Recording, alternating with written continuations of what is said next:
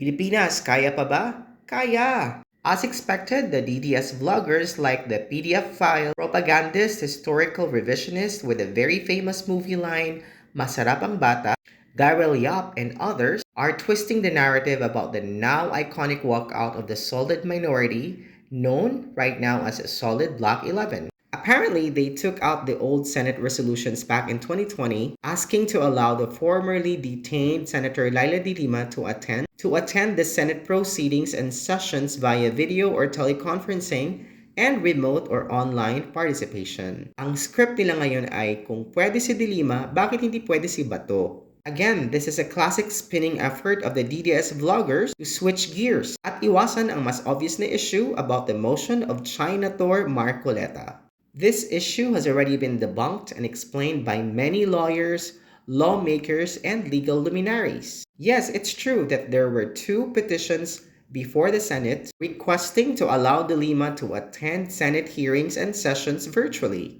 But we need to understand that these petitions were done after the Senate unanimously agreed to change the rules and allow all senators to attend sessions and vote via video or teleconferencing or remote participation due to a national emergency which was caused by the pandemic. Take note that all the senators agreed because there was a clear risk on health and national well-being of everyone during that time. That setup lasted about 2 years. In fact, that rule that they have created back in 2020 is still active in the Senate rules right now. Kaya kung may mangyaring pandemic ulit or any kinds of national emergency, allowed talaga ang mga senador mag-work from home.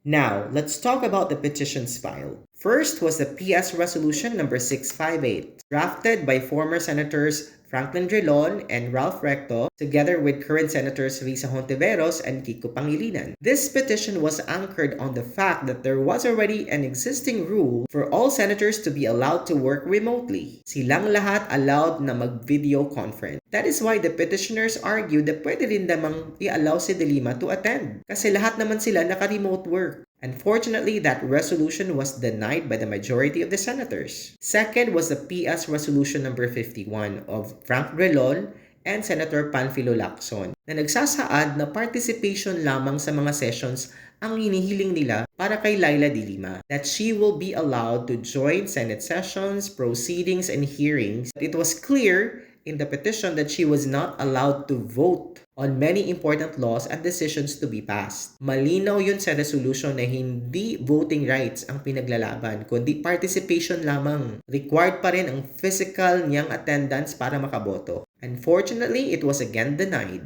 After all the failed attempts, Lima filed a court petition to allow her to attend and vote physically in the Senate on the grounds that she was not convicted yet. She was still a detainee during that time. But then again, the court argued that her case is non-bailable kaya hindi rin siya pinayagan. The RTC eventually denied her request. Kaya klarong-klaro na sumunod sa batas ang mga senador na nagbalangkas ng mga resolution na yun for de Lima. And she herself followed all legal remedies to be allowed to physically present herself in the Senate. Kaya lang, hindi talaga siya pinayagan. Itong motion ni Chinator Marcoleta is clearly a self-serving tactic kasi it will allow all senators to attend via video or teleconferencing for justifiable reasons. Not only to attend but to vote.